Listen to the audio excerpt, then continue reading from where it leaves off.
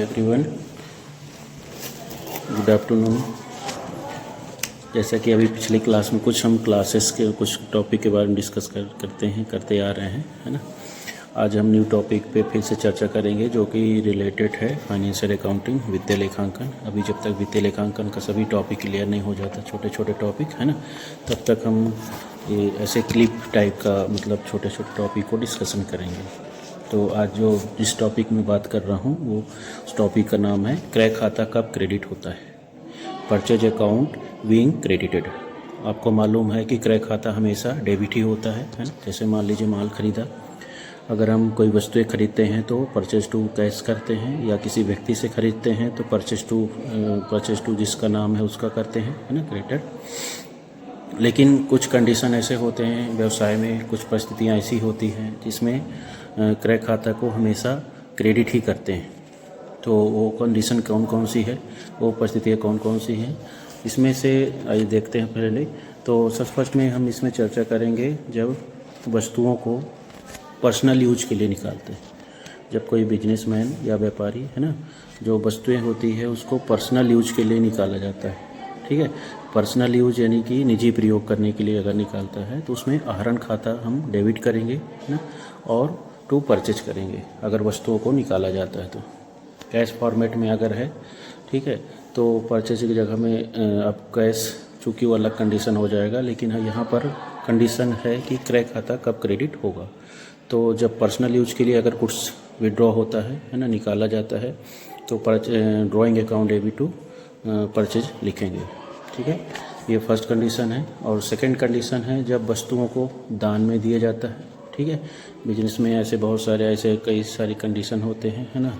कुछ चैरिटी से रिलेटेड, दान से रिलेटेड, है ना, अगर वो भी होता है तो वस्तुओं को अगर दान में दिया जाता है ना। अब दान क्यों दिया जाता है, जैसे आपको मालूम है कि कुछ प्राकृतिक आपदाएं आ गई तो बहुत सारे व्यापारी, बिजनेसमैन सामने आते हैं लोगों की हेल्प करने के लिए, या खुद अपने व्यापार को चलाने के लिए भी कुछ कंडीशन रहता है। तो अगर वस्तुओं को दान में दिया जाता है तो सेकंड कंडीशन में हम उसको बना सकते हैं, क्या इसकी एंट्री कैसे करेंगे, charity account debit to purchase कर सकते हैं, ठीक है। फर्स्ट कंडीशन आप निजी प्रयोग करने के लिए देखें, और सेकंड कंडीशन आप वस्तुओं को दान के लिए देखें कि वस्तुओं को दान में देने पर। इसके बाद थर्ड कंडीशन है कि वस्तुओं को जब चोरी हो जाना, ठीक है, तो लॉस बाई थेफ्ट, है ना, डेबिट कर देंगे, लॉस बाई थेफ्ट डेबिट कर देंगे, टू परचेज कर देंगे जब वस्तुओं का चोरी हो जाता है ना। व्यापार में कंडीशन एंड कंडीशन बनती है, जैसे परिस्थितियाँ बनती हैं ना, तो वस्तुओं का चोरी होना, loss by theft debit to purchase account. इसी टाइप से जब वस्तुओं का नष्ट हो जाना, अब नष्ट क्या है कि प्रकृति के कारण अगर हो रहा है तो अलग कंडीशन हो रहा है, बट अगर बाई ह्यूमन के आधार पर होता है, अग्नि से नष्ट हो जाना, loss by fire account debit to purchase, तो ये फोर्थ कंडीशन में कर सकते हैं, ठीक है। इसके साथ ही साथ कुछ वस्तुएं ऐसी होती है जिसको वितरित किया जाता है निःशुल्क, है ना, विज्ञापन के रूप में उसको मान सकते हैं, या निःशुल्क वितरण किया जाता है, डिस्ट्रीब्यूट किया जाता है, तो advertise account debit to purchase. तो ये 5 कंडीशन है जिसमें क्रय खाता हमेशा क्रेडिट ही होता है। अब इन 5 कंडीशन को आप क्रय खातों को हमेशा क्रेडिट करेंगे, बाकी ये 5 कंडीशन को छोड़कर क्रय खाता हमेशा डेबिट ही होता है, क्लियर। तो ये कुछ कंडीशन है, कुछ बेसिक टर्म है जिसको आपको समझना फाइनेंशियल अकाउंटिंग में खासकर, है ना, वित्तीय लेखांकन में जो एक टॉपिक आता है, आप लोग अगर पढ़ेंगे तो वो बुक्स में ये सब दिया है ना।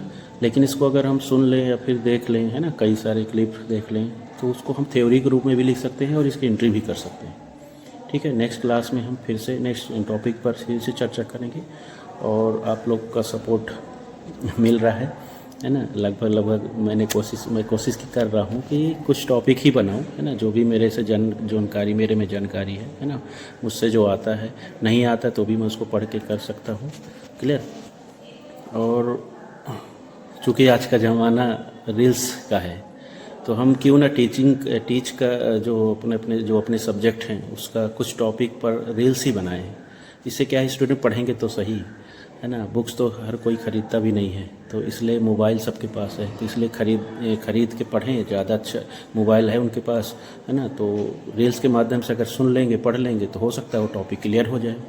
और टॉपिक क्लियर हो गया, अगर एग्ज़ाम में भी आ गए तो ये चीज़ें क्लियर हो जाएगा। ठीक है, थैंक यू।